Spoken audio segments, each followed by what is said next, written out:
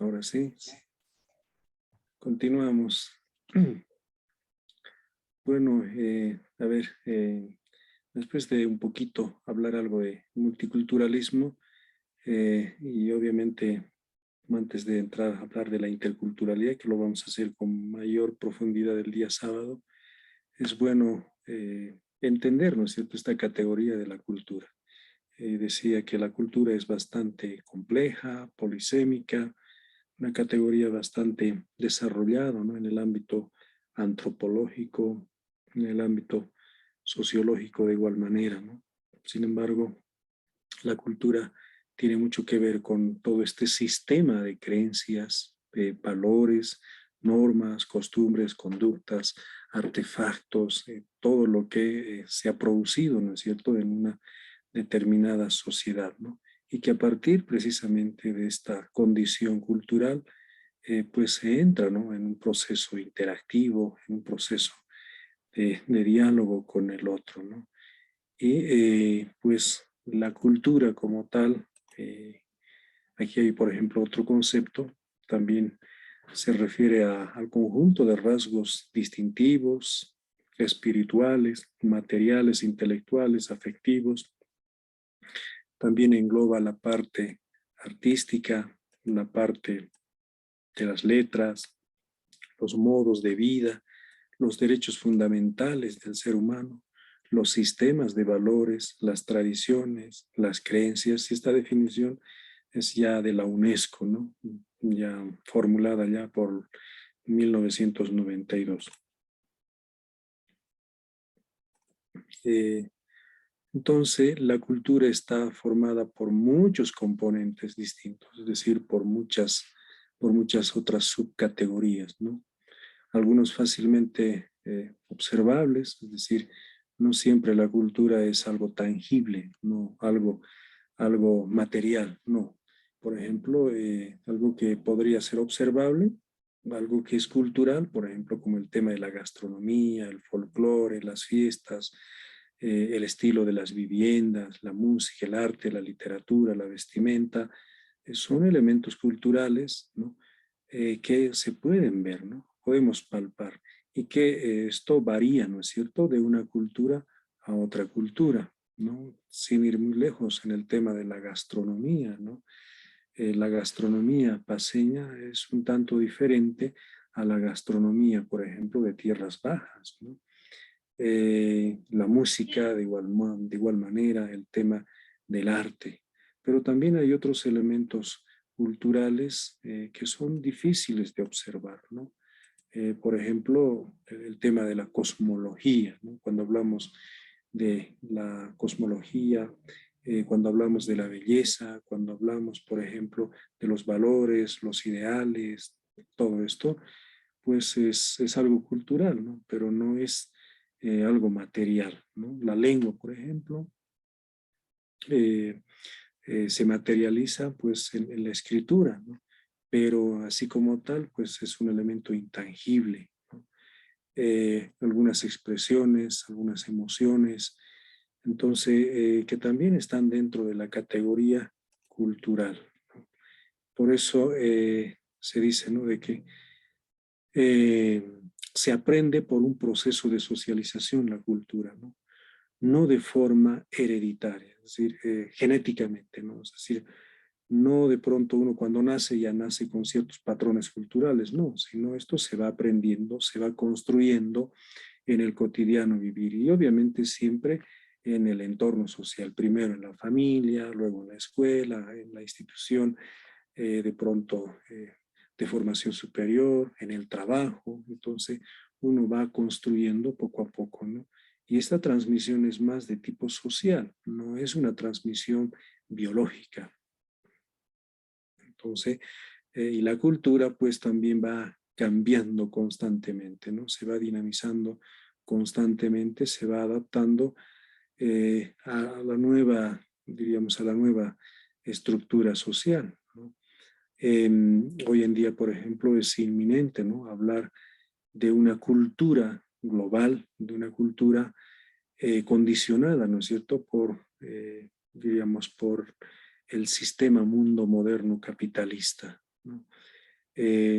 La nueva cultura global, por ejemplo, hace de que estas culturas societales, la cultura de un Estado, ¿no? La cultura de una minoría nacional, la cultura de un grupo étnico, vaya cambiando, ¿no? En algunos casos vaya acomodándose a estos fenómenos culturales un poco más de carácter global. Entonces, ¿esto por qué? Porque hay estos condicionamientos. Pues desde la cultura aprendemos a leer, ¿no es cierto?, la realidad, le damos sentido, encontramos el significado de la realidad, ¿no? La cultura es una especie de filtro, ¿no?, desde lo cual podemos percibir, interpretar, comprender la realidad, ¿no?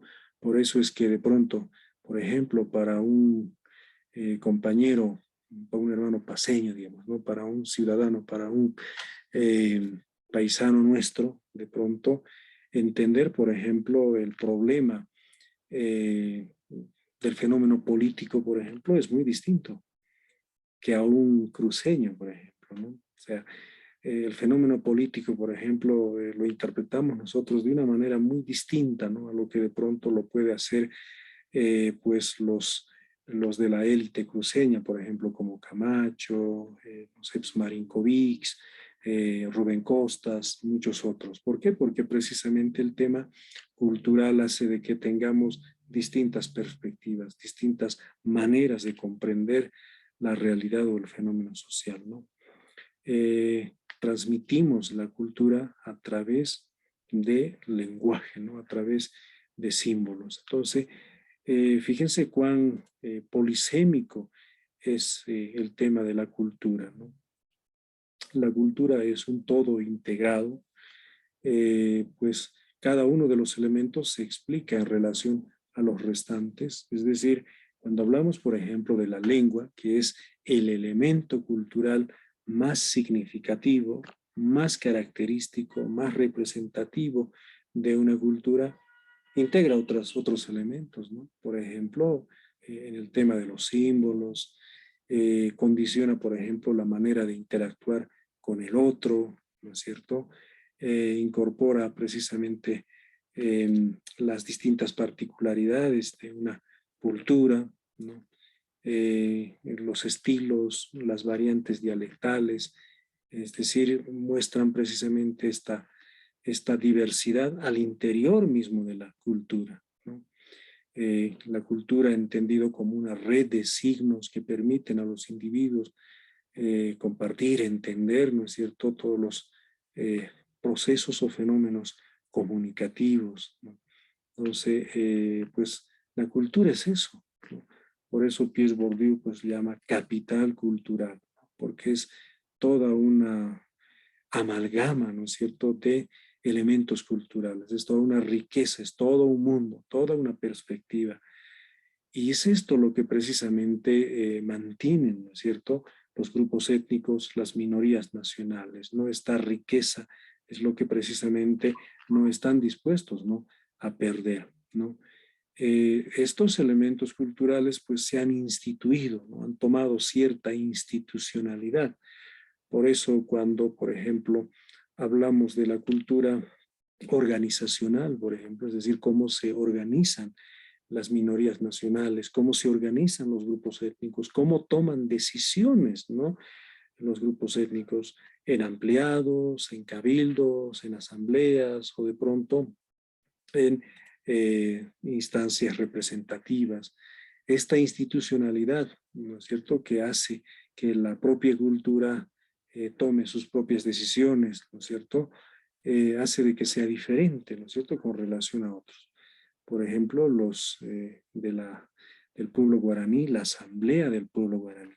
La forma de tomar decisiones no es de manera unidireccional o unidimensional, es decir, ahí no solo toman decisiones los dirigentes, ¿no?, o los líderes, ¿no?, sino la toma de decisiones de manera mucho más significativa se la hace en asamblea, es decir, tiene que haber consenso, todos tienen que estar de acuerdo con una decisión. Entonces, estos elementos o esta praxis cultural es muy característico y varía de un contexto a otro contexto. Y obviamente con el multiculturalismo, pues se busca que el Estado reconozca estas potencialidades culturales, ¿no? Esta riqueza cultural, ¿no? Pero en primera instancia partiendo siempre de su identidad cultural, ¿no? De su lengua, de su historia. Luego vendrá, por supuesto, esto de los derechos civiles, los derechos políticos, todo aquello, ¿no?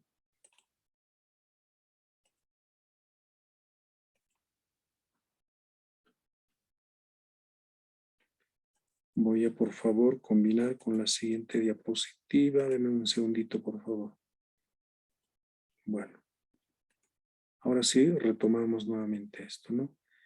Después de haber hecho un pequeño repaso del multiculturalismo, vamos a hablar de este otro que tiene mucho que ver con las políticas del multiculturalismo. ¿Se puede ver esta diapositiva? Donde están los derechos de autogobierno, derechos poliétnicos, muy bien. Entonces, a ver, uno de los aspectos de las políticas del multiculturalismo está precisamente, diríamos, los derechos de reivindicación en función del grupo, ¿no? Es decir, los grupos sean grupos étnicos, minorías nacionales, etcétera, etcétera, pues reivindican estos tres tipos de derecho. Y esto lo podemos también comprobar en nuestro contexto. Por ejemplo, ¿qué es lo que exigen? El derecho al autogobierno, los derechos de autogobierno, ¿no? Es decir, no buscan de pronto una autonomía total, ¿no? Sino buscan reivindicar algún tipo de autonomía por parte de los estados multinacionales, ¿no? Se implementan un modelo, podrían implementarse modelos federales o modelos de autonomía. Es decir, ¿qué es lo que está buscando esta minoría nacional o el grupo étnico? Tomar decisiones, ¿no? Está buscando pues que al interior del grupo, al interior de esa nación minoritaria, pues se respeten, ¿no es cierto?, sus derechos políticos, su estructura organizativa, ¿no? Todo aquello. ¿Y esto cómo lo pueden hacer? Lo podrán hacer a través de estos mecanismos, sea a través del federalismo o a través de la autonomía, ¿no? Bueno, por ejemplo, la Carta de las Naciones Unidas reconoce que todos los pueblos tienen derecho a la autodeterminación. Eso es lo que están buscando. O sea, el tema de la autonomía, del federalismo, el tema del reconocimiento de la autodeterminación no es, como quien dice, ¿no? Tan propio de nosotros, ¿no? Sino esto ya viene sosteniéndose con el multiculturalismo ya desde la década de los 70, 80, 90, ¿no? Por eso es que las Naciones Unidas, pues, de alguna manera reconocen esto, dicen, ¿no? Estas minorías nacionales tienen derecho a tomar sus propias decisiones, tienen derecho a autogobernarse, pero no de manera, diríamos, plena, soberanamente, ¿no? Sino esta forma de tomar decisiones, sea desde el punto de vista federalista, desde el punto de vista de la autonomía, tendrá que estar siempre en el marco de las políticas del Estado republicano, desde el propio Estado como tal, ¿no? Sin romper, ¿no es cierto?, la estructura política del Estado, ¿no? Pueden tomar sus decisiones al interior de estos grupos minoritarios, pero ojo, ¿no? Hay un marco normativo, ¿no? Hay un horizonte societal, ¿no? Hay una configuración como Estado, Estado republicano, como Estado federal, etcétera, etcétera. Entonces, esta reivindicación de los derechos de autogobierno tendrá que estar siempre en el marco del Estado-Nación. Eso como parte de las políticas del multiculturalismo, ¿no? Y también, por supuesto, otro de los derechos que reclaman estos grupos étnicos y minorías nacionales son los derechos poliétnicos, ¿no? Poliétnicos, es decir, la integración en la sociedad mayoritaria con sus particularidades. Es decir, nos integramos al Estado-nación, ¿no? Al Estado republicano, pero con nuestras particularidades, ¿no? Con nuestras variantes culturales, ¿no? Eso significa, pues, expresar su particularidad, expresar su orgullo cultural, expresar, ¿no es cierto?, su potencialidad cultural, ¿no?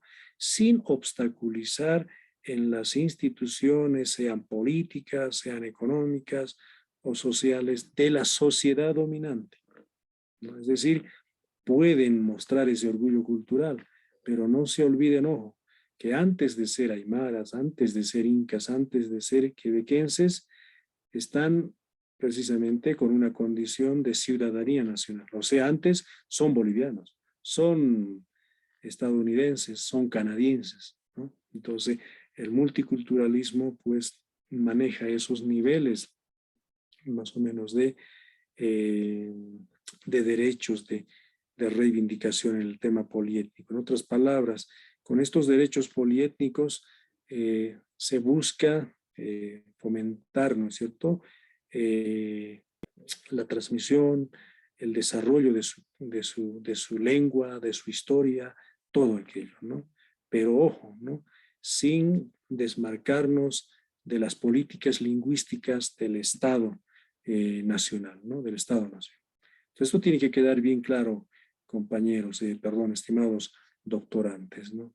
El Estado, ojo, respeta precisamente estas variaciones culturales, pero siempre que estos pequeños grupos o estas minorías nacionales respeten la presencia de la cultura societal como cultura dominante.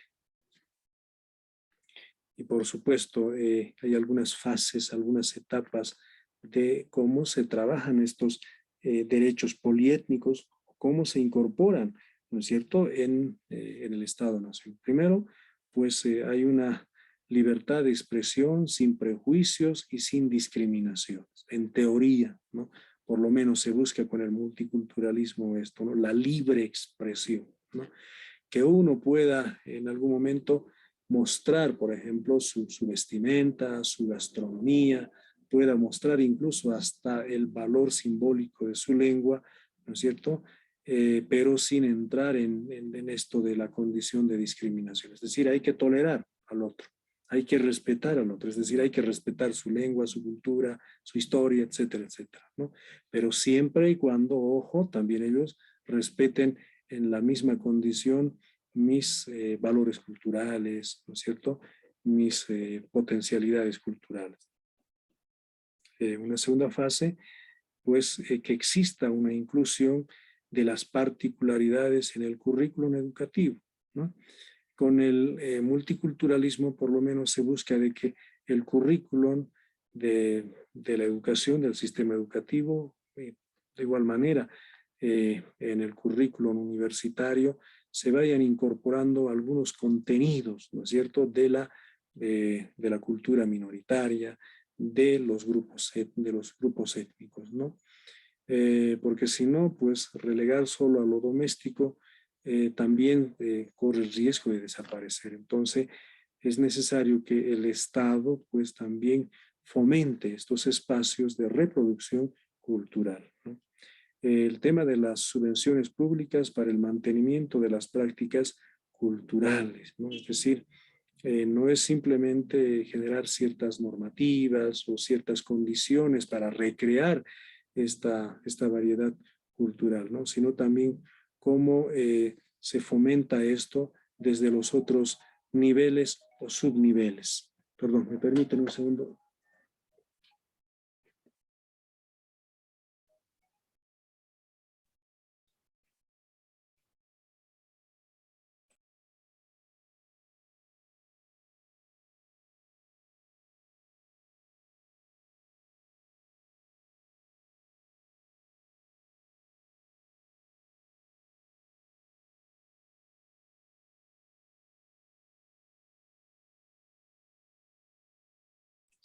Bueno, mil disculpas, era una llamada urgente, ¿no?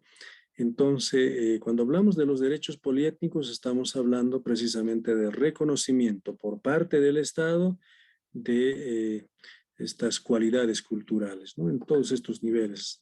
No es simplemente un reconocimiento pasivo, ¿no? Sino es precisamente un reconocimiento, pero también con ciertos niveles, ¿no es cierto?, de apoyo, de subvención, ¿no? Si hay, por ejemplo, algunos eventos culturales, de pronto algunos eventos en el que se puede más o menos reproducir la cultura, pues de pronto las gobernaciones, algunos estados tendrán que también fomentar esto, ¿no? Pero ojo, siempre y cuando esto no adormezca, diríamos, ¿no? El potencial de la cultura societal. Y finalmente esta otra condición, los derechos especiales de representación, ¿no? No basta con que tengamos de pronto nuestra propia posibilidad o condición de autogobierno. No es suficiente solo manifestar nuestros derechos poliétnicos, ¿no? El reconocimiento de nuestra identidad, del sentido de pertenencia, etcétera, etcétera. Sino ahora, pues estas minorías nacionales, estos grupos étnicos también intentan que el Estado-nación, ¿no? Que la cultura societal, pues también reconozca sus derechos especiales de representación, es decir, responden a las desventajas de las minorías en los procesos políticos. Es decir, quieren tener representación, en otras palabras, en el poder legislativo, pero ahora, bueno, se llama el órgano legislativo, ¿no? En estos escenarios de toma de decisiones, ¿no? Por ejemplo, en el poder ejecutivo, en el poder legislativo, en el poder judicial, ¿no es cierto? Quieren tener presencia también estas minorías nacionales, ¿no? ¿Para qué? Para que desde estos escenarios no se atropellen, ¿no es cierto?, a las minorías nacionales, o por lo menos para poder trasladar la necesidad, la preocupación que tienen como cultura, como nación minoritaria, también a escala nacional, ¿no? Entonces, ahí obviamente también hay algún problema, alguna obstrucción, ¿no? Que el proceso político no refleja la diversidad de la población, es decir, en estos estados, antes de la política del multiculturalismo, había una presencia muy evidente de grupos de élite, ¿no? Por ejemplo, presencia de sectores como la burguesía, los empresarios, de pronto la clase burguesa, qué sé yo, ¿no? Pero no había presencia de los grupos minoritarios o de estos grupos étnicos.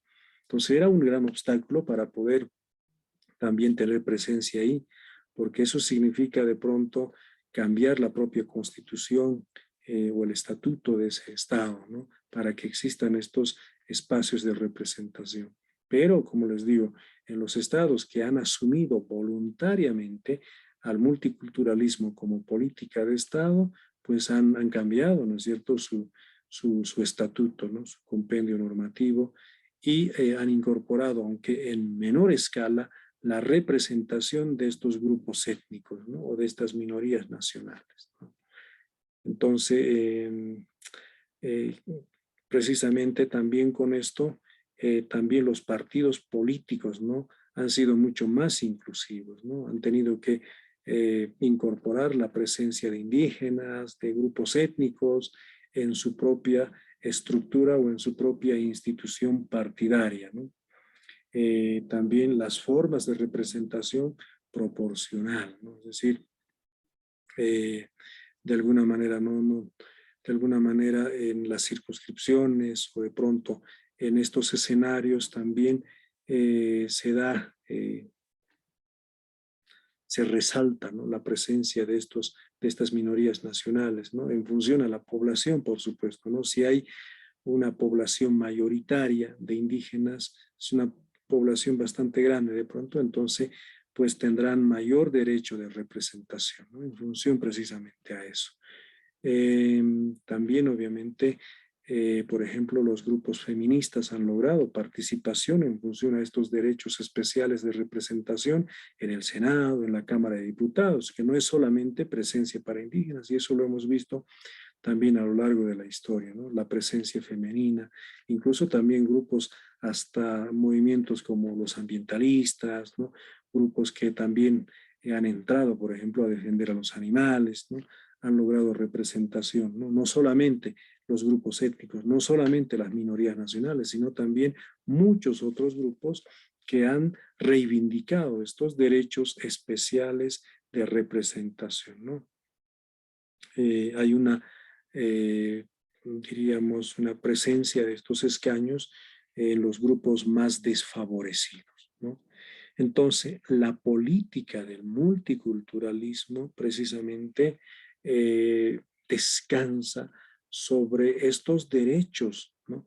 Que se reivindican desde las minorías nacionales o los grupos étnicos. En otras palabras, los derechos de autogobierno, ¿no? La toma de decisiones a través del federalismo o de la autonomía como tal. Eso es lo que buscan estas minorías nacionales. Por otro lado, los derechos poliétnicos, ¿no? Es decir, mostrar su orgullo cultural, mostrar su potencialidad cultural y que estos también sean reconocidos desde el Estado-Nación. Y finalmente, esto de los derechos especiales de representación, ¿no? Que tienen que ser, diríamos, formalizados desde el propio Estado. Y eso significa abrir la propia Constitución, abrir el conjunto de normas para que los propios partidos, el sistema de partidos, para que los grupos desfavorecidos, ¿no? O los movimientos minoritarios empiecen precisamente a incursionar en el escenario político, siempre con el objetivo de mostrar sus derechos civiles, sus derechos políticos en estos espacios, ¿no?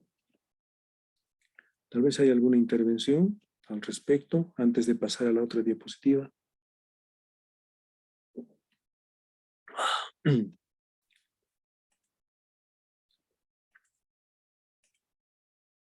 Hace rato estaban bastante dinámicos. ¿Qué pasó? Un poco el cansancio se nota.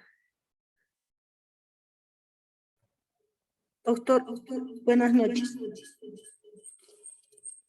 Le Bueno, habla Melfi Celáez. muy buenas noches, Melfi. ¿Melfi dice? Sí, con M. Melfi Celáez. Calderón.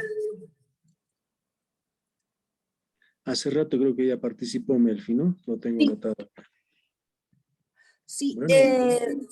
doctor, con respecto a esto de la representatividad de los grupos originarios, por ejemplo, como usted estaba diciendo, el poder legislativo y todo aquello, sería bien, ¿no? O sea, es mi opinión. A veces por apoyar al partido, al gobierno, ¿no? Quieren esa representatividad, pero les falta, yo veo, por ejemplo, les falta conocer sobre el tema. A veces ellos mismos se dejan con esa misma representatividad de ellos, o sea, se dejan convencer en temas que a veces ellos mismos no conocen, o sea, no son socializados bien sobre el tema y en algún momento hemos visto que la verdad levantan la mano o apoyan algo, pero con desconocimiento, ¿no? No conocen bien del tema cuando opinan o quedan en consenso en algún tema en las sesiones que nosotros vemos. Entonces, eso también de la representatividad tiene que tener también sensibilización, socialización, a quienes de verdad se están mandando como representantes de estos grupos originarios, doctor. Sí, bueno, esto es todo un desafío, pero ¿qué es lo que piden estos grupos étnicos, estas minorías nacionales? Tener presencia, ser escuchado por el Estado, ¿no? Ya el hecho de que una vez que estén ahí de pronto con una representación mínima, que de pronto no exista, diríamos, fluidez en la representación o que no se sepa trasladar estas necesidades de la cultura minoritaria frente diríamos, a la política a la política que tiene el propio Estado, pues es otra cosa, ¿no? Al final, en el ámbito político es bastante complejo, pues el hecho de tomar decisiones requiere realmente, primero, conocer toda la estructura normativa, conocer todas las políticas del Estado. No es suficiente de pronto conocernos nosotros en el marco de una sola cultura, ¿no? Sino hay que conocer toda la complejidad del funcionamiento del propio Estado, ¿no? Y eso requiere, por supuesto, preparación, ¿no? Bueno, si usted se refiere desde el contexto boliviano, que de pronto algunos representantes indígenas tal vez no son tan eficientes en el traslado de sus demandas o a veces simplemente se levanta la mano, qué sé yo, eso es otro problema, ¿no? Pero ahí también cumple un rol muy importante el sistema de partidos, ¿no? Esa institución, porque los partidos no simplemente son, a ver, ¿cómo le digo? A ver, como instituciones para poder entrar en competencia. No, no, no. Los partidos, o en el caso boliviano, por ejemplo, ahora se conoce como también a las agrupaciones ciudadanas, ¿no es cierto? Son precisamente eh, ¿cómo se dice esto? Como maquinarias electorales, ¿no? Así lo llama eh, este autor, bueno, Simón, el apellido no me acuerdo, ¿no es cierto? Son maquinarias electorales, son fábricas de discurso político, ¿no? ¿Eso qué significa? Significa de que el partido, el sistema de partido como tal, tiene que formar precisamente a sus futuros líderes, ¿no? A los líderes políticos, ¿no? Y obviamente Eso lo cuando hay esta formación, evitamos improvisaciones, ¿no es cierto? En la representación, sea en los diputados, en la Cámara de Senadores, etcétera, etcétera, ¿no? Pero ese es otro escenario, es otro momento. Lo que piden precisamente las minorías nacionales es presencia allá, presencia en el legislativo, presencia en las asambleas departamentales. Y lo han conseguido, ¿no es cierto? Hay una presencia. Y esto precisamente le digo, ¿no? Si bien estamos en un escenario intercultural en el contexto boliviano, esto ya empezó precisamente con el fenómeno del multiculturalismo. Empezó afuera, empezó, por eso les digo, en Canadá, Estados Unidos, Australia, por Europa. O sea, no es algo nuevo, ¿no? Solo que la interculturalidad es una segunda fase, es un segundo momento en el que, como lo decía, creo que lo dijo Félix Cortés o era Cornelio, entramos ya en una relación de diálogo horizontal, que es otra condición. Muchas gracias, estimada Melfi, por su aporte. Eh, Veremos ahora esta otra diapositiva que tiene mucho que ver con este principio baluarte del multiculturalismo, la tolerancia, la tolerancia. Les pregunto a ustedes, ¿qué entendemos por tolerancia? Perdón, Graciela está con la palabra. Adelante, Graciela, por favor. Graciela Espejo. Doctor, disculpe, antes de que pase la otra diapositiva, no me queda claro. Y si usted podría explicarme, por favor, el modelo federal que usted menciona en los derechos de autogobierno, por favor. Muy bien, muchas gracias. A ver, lo que pasa es que cuando empiezan a hablar del federalismo y de la autonomía, estos derechos de reivindicación de autogobierno no son recientes, ¿no? Estamos viendo de que esto es parte también de la política del multiculturalismo. O sea, ya precisamente esta presencia de grupos étnicos y minorías nacionales conducían precisamente a la instauración de estos sistemas de gobierno, de estas formas de gobierno, ¿no? Entonces, por eso es que de pronto en los Estados Unidos, por ejemplo, eso es un estado federal, ¿no es cierto? Igual que en Brasil.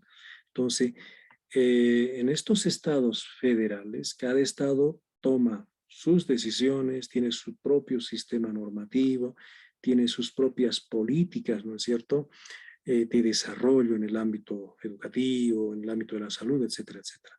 Pero esta manifestación precisamente es por la presencia de la diversidad cultural, por la presencia de grupos étnicos, por la presencia de minorías nacionales. Entonces, es una forma de acomodación al Estado nacional como tal.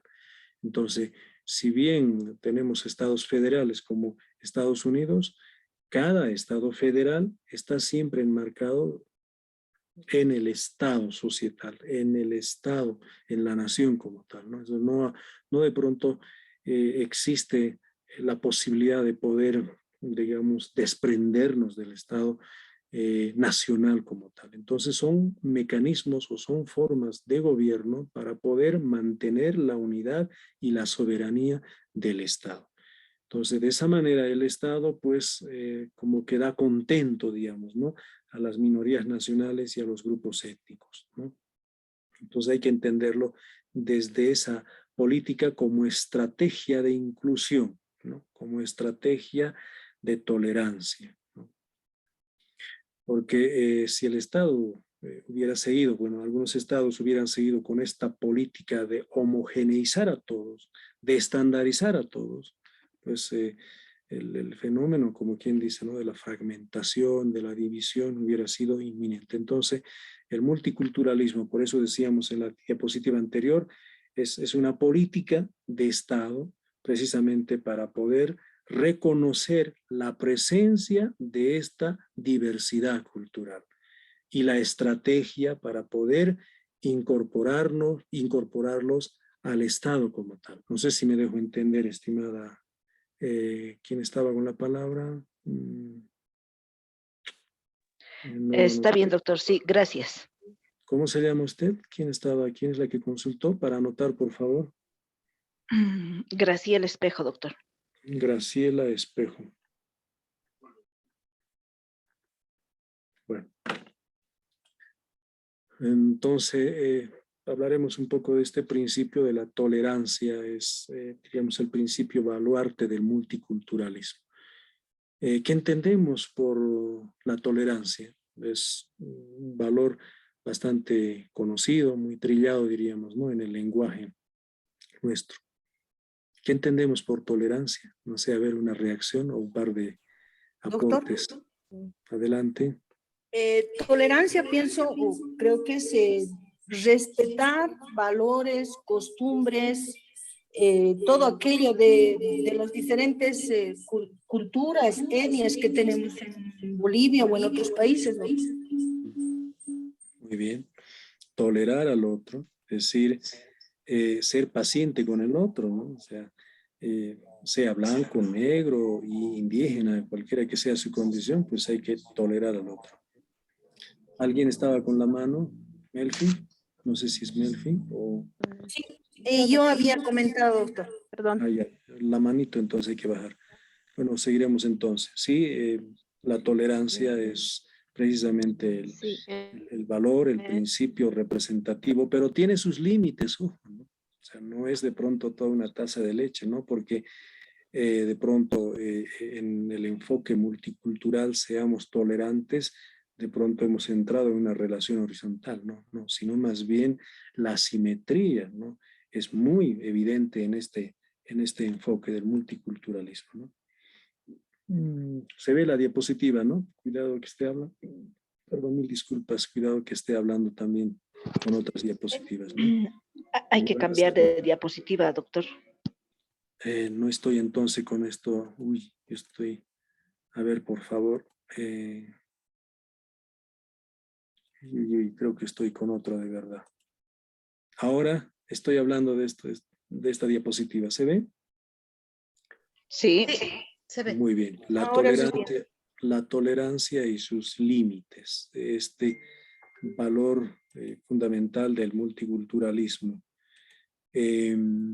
Pues la tolerancia no es un principio que nace precisamente de los pueblos indígenas, no es un principio que emerja necesariamente de las minorías nacionales, ¿no? La tolerancia es un principio liberal, ¿no? Por eso esta perspectiva es liberal, ¿no? Nace precisamente a raíz, diríamos, ¿no? O después de la Revolución Francesa, un poco mucho más alineado, ¿no es cierto?, a la libertad, a la tolerancia, a la igualdad, a la fraternidad. La Revolución Francesa que más o menos nace con estos valores, con estos ideales. Entonces, el propio liberalismo como tal, pues emerge, ¿no es cierto?, con más fuerza después de la Revolución Francesa, ¿no? Pero este principio liberal, esta perspectiva liberal, pues señala de que la libertad no solamente se tiene que entender al interior de los grupos, ¿no?, sino hay que entenderlo también desde una perspectiva individual, ¿no? Estos grupos étnicos, minorías nacionales o pueblos indígenas, pues cuando piden derechos poliétnicos, cuando exigen derechos de autogobierno, cuando exigen derechos de representación, están detrás precisamente de la libertad, ¿no? Están en contra de la esclavitud, están buscando la libertad dentro de los grupos minoritarios, ¿no? Pero el liberalismo, pues, va mucho más allá, ¿no? Dice, no, la libertad dentro de las personas, dentro del individuo. El individuo tendrá que tener la libertad, la capacidad de tomar sus decisiones, la capacidad, la libertad de poder asumir sus propios derechos civiles y políticos en el marco de sus creencias, ¿no es cierto?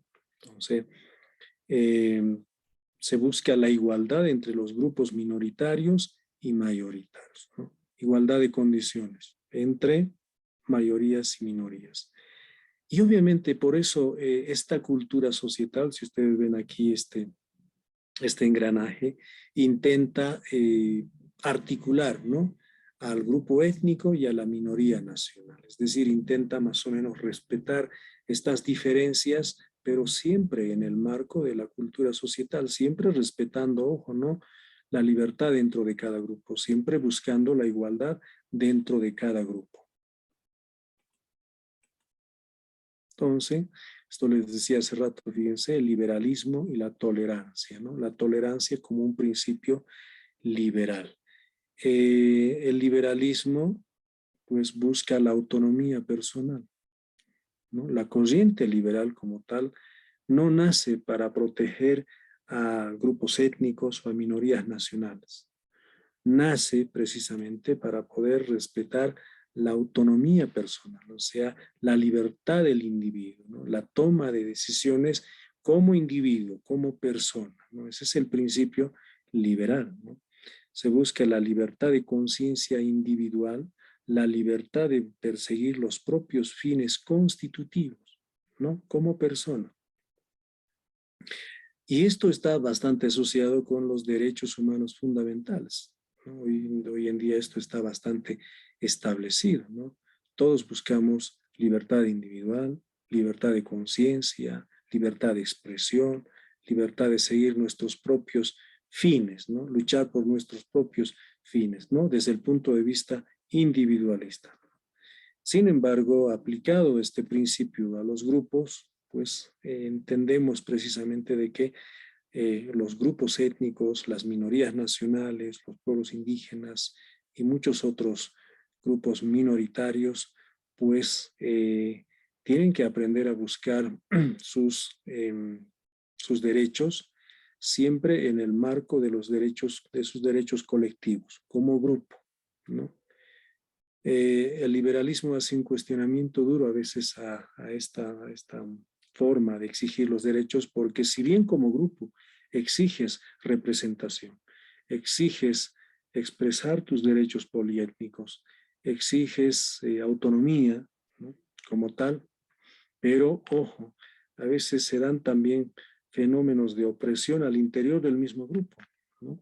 Es decir, ahí no hay libertad de las personas, hay libertad del grupo como tal, pero no hay libertad de las personas, ¿no? Por eso es que en algunos grupos, por ejemplo, si bien, sobre todo, bueno, esto en algunas décadas atrás, ¿no?, los matrimonios, por ejemplo, eran por conveniencia, ¿no? De pronto, culturalmente, pues a veces el padre o la familia tomaba las decisiones, por ejemplo, sobre los hijos, ¿no?, con quién deberían casarse. Entonces ahí, pues prevalece de pronto los derechos del grupo, pero en contradicción con los derechos individuales de la persona, ¿no?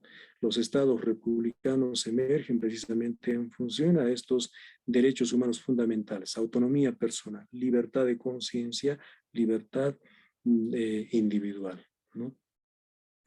Y la tolerancia busca precisamente valorar la libertad de grupo, y en el marco de la tolerancia se practica esto, ¿no? Dice, vive y deja vivir.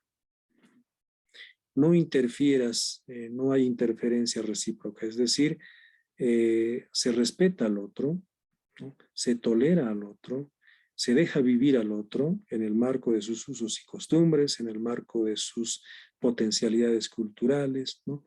Pero siempre y cuando no interfiera, ¿no es cierto?, en mi condición cultural o en mi grupo cultural, en mi grupo étnico, ¿no? Entonces, hay que tolerar, pero no necesariamente entrando en una relación armoniosa, ¿no? Sino hay que tolerar respetando precisamente los límites, ¿no? Ahí está precisamente el límite de la tolerancia o los riesgos de la tolerancia, ¿no? Permite algunas restricciones internas, pero no las protecciones externas. Esto es importante entender. A ver,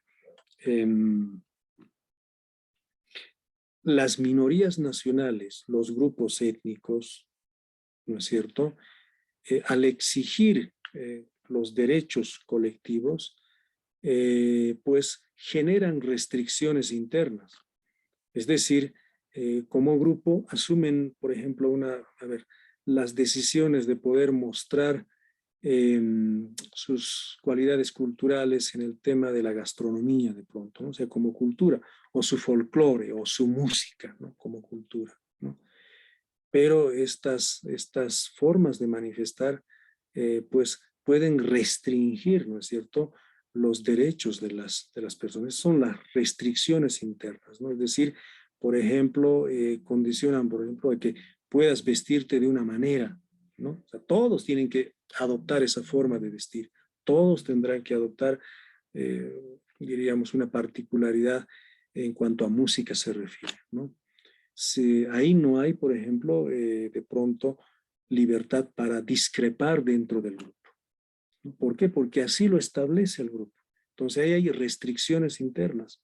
Por ejemplo, con los menonas han debido escuchar, ¿no? Por ejemplo, dentro de ese grupo, los menonitas, no permiten que el hombre o la mujer pueda cortejar o pueda de pronto asumir la condición de casamiento con otros miembros de otra cultura, ¿no?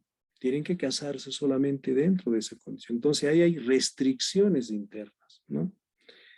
Y las protecciones externas se las asume con relación al Estado-Nación, ¿no? Cuando dicen, no, nosotros somos menonitas, tenemos nuestros usos y costumbres y el Estado tiene que respetarnos así como somos, ¿no? Entonces exige protección externa frente al Estado. Entonces estas son estrategias de supervivencia o de pervivencia de las culturas y que a nombre de la tolerancia se busca precisamente perpetuar esta condición cultural en adelante. No sé si esta parte está claro o tal vez los he confundido más bien. Son categorías propias del multiculturalismo.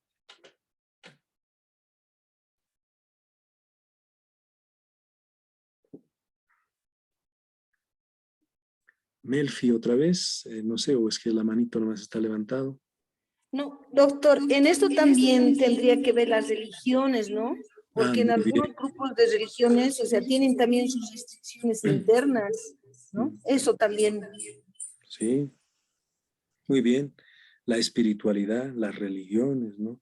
Eh, mira, si aplicamos este principio multicultural al contexto nuestro, ¿qué pasa, por ejemplo, a ver, con nuestras cosmovisiones? Pondremos como ejemplo a la Aymara, ¿no?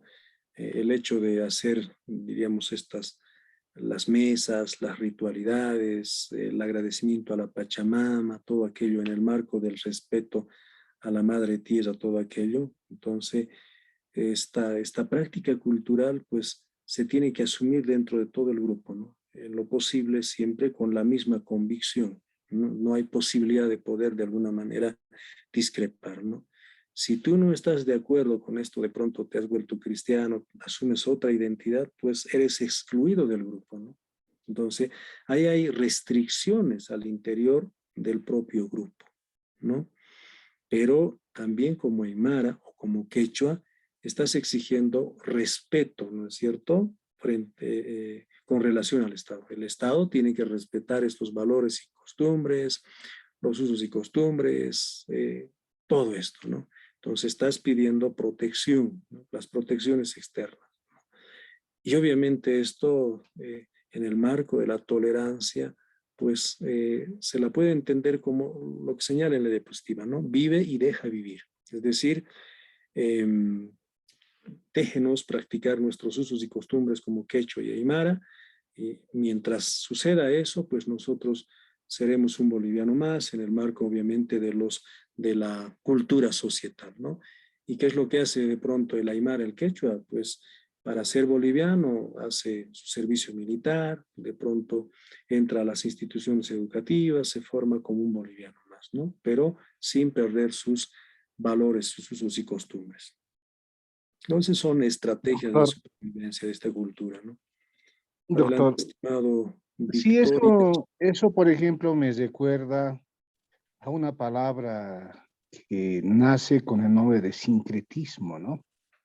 Si Ah, bien yo como aymara tengo mis costumbres, porque yo vivo y soy originario, he vivido acorde a la vivencia de la aymara mismo, ¿no? En cuestión de idiomas, costumbres, bueno, usos y costumbres, todas situaciones, por ejemplo, para el aymara no hay Navidad, por ejemplo, ¿no? Sus fiestas son bien detalladas, definidas en este caso. Entonces, lo que hace es lo que usted dice, ¿no? La migración, por ejemplo, a la ciudad hace también que adoptes otro tipo de costumbres, ¿no? Usted va a ver eso, por ejemplo, en las famosas chayas, ¿no? Con una mano estoy pidiendo o estoy queriendo pedir favores a Dios, al Creador Todopoderoso, pero por si acaso con la otra mano también pediré a la Pachamama para que me vaya bien en todo aspecto. Entonces eso se ve, está arraigado, es más, ¿no? Nosotros vemos, por ejemplo, en la cultura, que si una persona, un ejemplo burdo tal vez, si una persona te invita un vaso de cerveza, por ejemplo, lo correcto es decir, me sirvo contigo, antes de servirte, por ejemplo, echas unas cuantas gotas al piso, por ejemplo, ¿no? Y ese tipo de costumbres es visto como como una costumbre, como algo propio, como una identidad por los extranjeros que también lo van practicando, ¿no? Una vez que adoptan ciertas actitudes, por ejemplo, hacia nuestro país. Entonces, hablar de esa situación tiene que ver mucho con lo que es la parte social, la parte de la cosmovisión andina, ya mezclado con la actitud citarina, por ejemplo, ¿no? Que mucho lo vemos en nuestro medio, doctor, ¿no? muchas gracias. Fue Félix, ¿no? Félix Cortés, ¿no? Sí, doctor. Félix Cortés, muchas gracias por ese aporte, ¿no? Sincretismo o sino la hibridación cultural también, ¿no? En el ámbito antropológico, y eso es precisamente muy compatible con el multiculturalismo, ¿no? La interculturalidad en cierta manera también un poco fomenta eso, pero siempre fortaleciendo lo nuestro. En cambio, en el multiculturalismo, pues los riesgos son tan evidentes a veces, ¿no? Por el hecho de poder practicar, diríamos, otros usos y costumbres, termines asimilándote a lo otro, ¿no? Tú has puesto un ejemplo bastante bonito en el caso de la chaya, el tema de poder compartir con el otro, qué sé yo, ¿no? Pero el tema de la tolerancia es muy importante entenderlo, pero con estas limitaciones, con estas limitaciones. Pasaremos Doc, con Luis Romero, Doc, Victoria estaba, ¿no? Victoria, sí, perdón, Victoria Doc, Champs. lo que quería hacer un poquito de un aporte también, Doc, en cuestión esto de los usos y las costumbres. Hay veces, hay muchas ocasiones que he visto personalmente que tal vez también lo tergiversan la situación de usarlo como usos y costumbres y hacer justicia comunitaria, tal vez en ese aspecto también. Ya lo pasan a un sentido de que a veces van muy al extremo, son extremistas en sus costumbres, en unas veces que yo lo que he visto, ¿no? Se cierran en su costumbre, por decirle, ahora ya más o menos como que dices, estamos hablando, pero por decirle un ejemplo era no, no asistir a ¿cómo se llama esto? A los centros de salud para hacerse atención especialmente a la mujer, ¿ya? Eco, porque había un médico varón que podía verle, ¿no? A la mujer y era un poquito restringido en cuestión de esto, y especialmente cuando ella estaba embarazada o algo. Ya se ha ido, no sé, yo he visto que sus costumbres eran que sí o sí tendría que hacerse atender con una partera, uno de su región, ya, entonces, a veces aflojar, o sea, ir contra esa costumbre a veces era muy difícil para poder, en parte decir con estas palabras, conquistar a nuestro paciente, ¿no? Eh, Hay veces yo lo he visto de esa forma, que es bien, las costumbres, al menos en el altiplano, bueno, en sí, en todas las regiones, por lo menos yo creo que debe ser de esa forma, digo, que son muy cerradas, muy extremistas a veces, y eso también nos perjudica a nosotros también, como especialmente como personal de salud. Muchas gracias, Victoria, ¿no? Victoria. Sí, precisamente usted habla, está relacionado con las restricciones internas, ¿no? Todos los grupos adoptan esto, las restricciones, es decir, usted lo dice, se encierran en sí mismos, ¿no? No es un encierro, digamos, así sin un objetivo, ¿no? Es una restricción interna para poder fortalecer precisamente el tema cultural al interior de ese grupo, ¿no? Esta restricción hace de que precisamente los miembros no tomen sus decisiones así de manera plena. Por esto choca bastante con el tema del liberalismo, ¿no? Como corriente, como enfoque, porque el liberalismo pues busca no solo la libertad del grupo, ¿no? Sino busca la libertad del individuo, ¿no? La libertad de la persona como tal, ¿no? Por eso se dice que es un principio liberal. Eh, Luis Romero está con la manito levantada. Sí, doctor, buenas noches. Una consulta, doctor. Dentro de este punto de vista de la tolerancia y dentro de los usos y costumbres, ¿existe algún límite que se pueda poner para decir hasta aquí se tolera o hasta aquí no? ¿O es regido por el Estado, por el gobierno, por la mayoría o por la minoría? Ya que como la anterior compañera hizo su intervención, hay muchos casos en el que por esos usos y costumbres, tal vez muchas minorías se dejan llevar. Y dentro de la tolerancia era mi duda, ¿no? Si el límite lo pone una minoría o un grupo o es regida por el Estado, por las políticas estatales. Sí, es el Estado. Por eso hablábamos hace rato de la cultura societal. El Estado regula precisamente el comportamiento de estas variantes culturales, ¿no? Y obviamente el sistema normativo, ¿no? Establece precisamente el comportamiento, ¿no? Por ejemplo, el Estado no te permite, si bien hay restricciones internas dentro de este grupo, como lo decía Victoria, creo, ¿no? Este encierro, pero el Estado te da ciertas facultades, ¿no es cierto?, de interacción en la cultura societal, ¿no?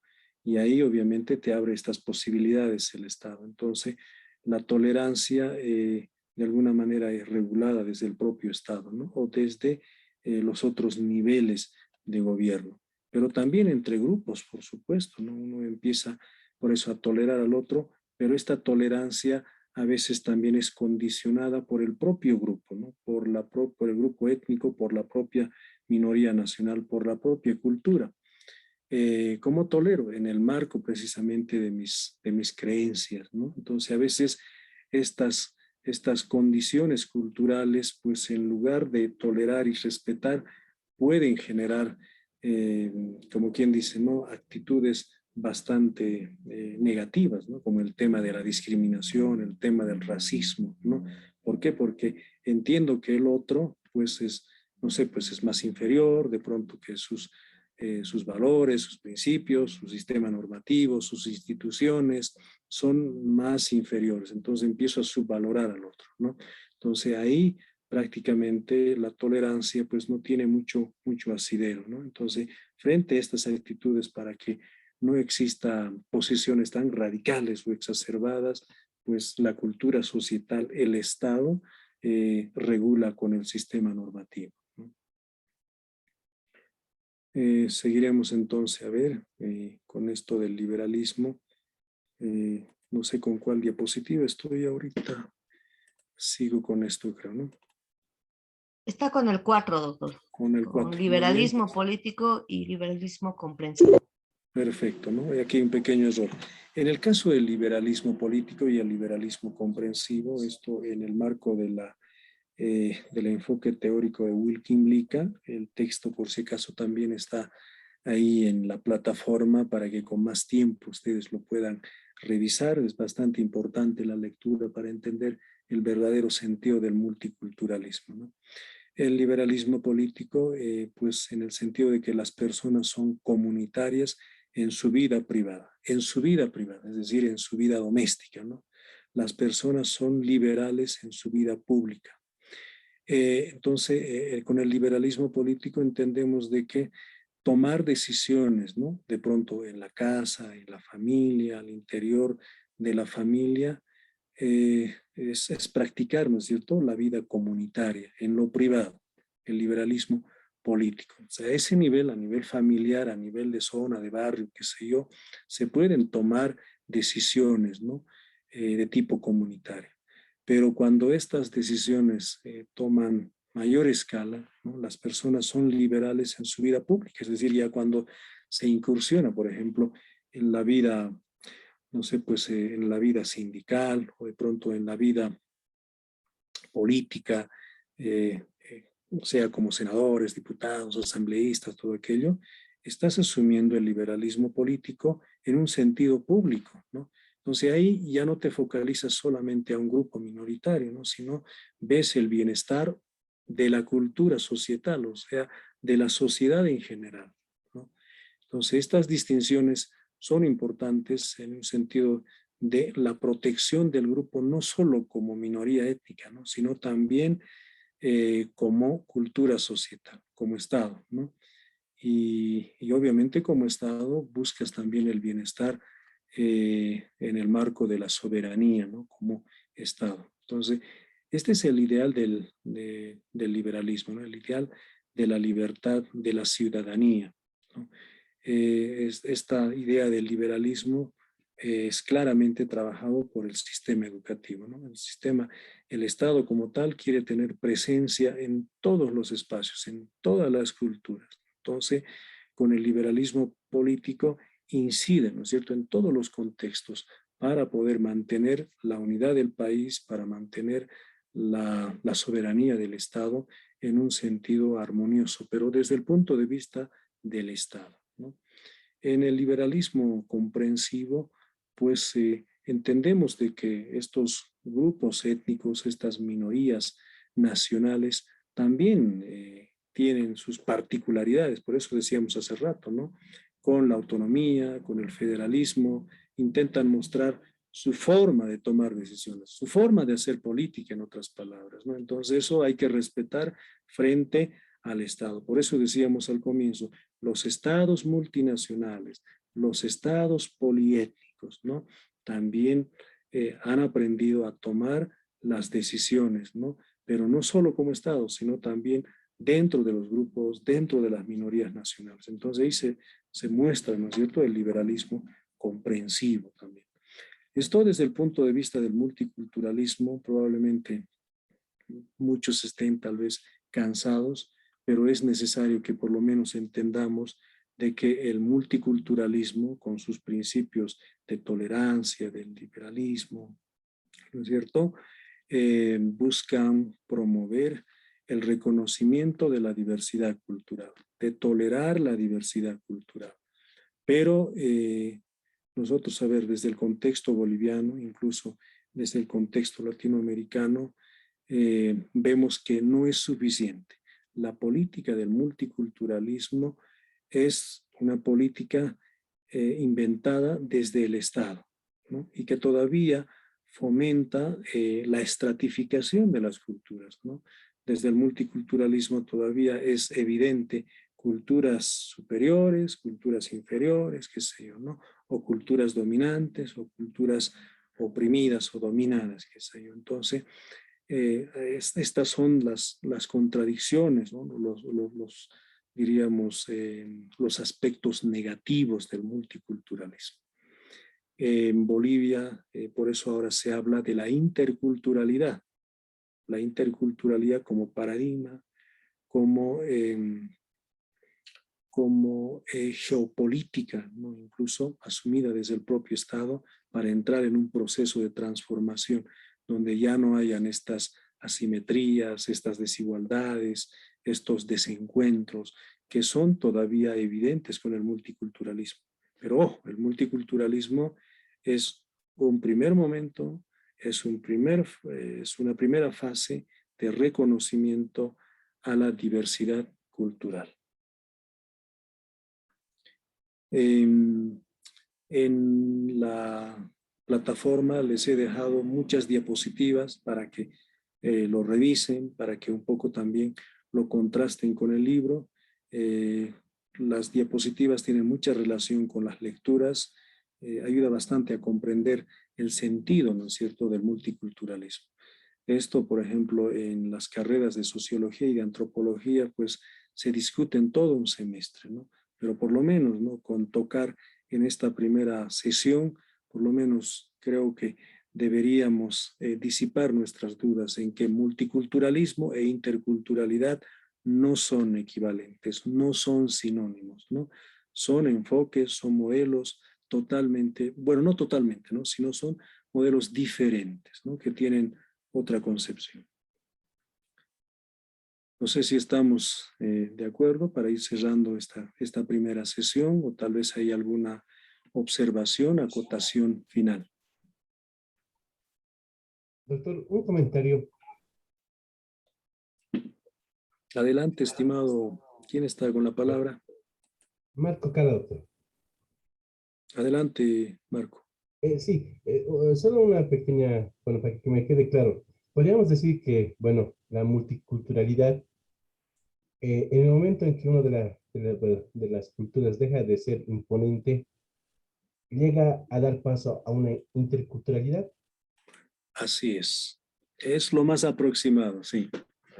Cuando empezamos de pronto a despojarnos de ciertos estereotipos, de ciertos prejuicios, cuando empezamos a ver al otro, que es culturalmente diferente, pero que lo vemos con las mismas condiciones de igualdad, ¿no?, de respeto y de tolerancia, y estamos predispuestos a interactuar con el otro, hemos dejado el multiculturalismo para entrar en una condición intercultural, ¿no?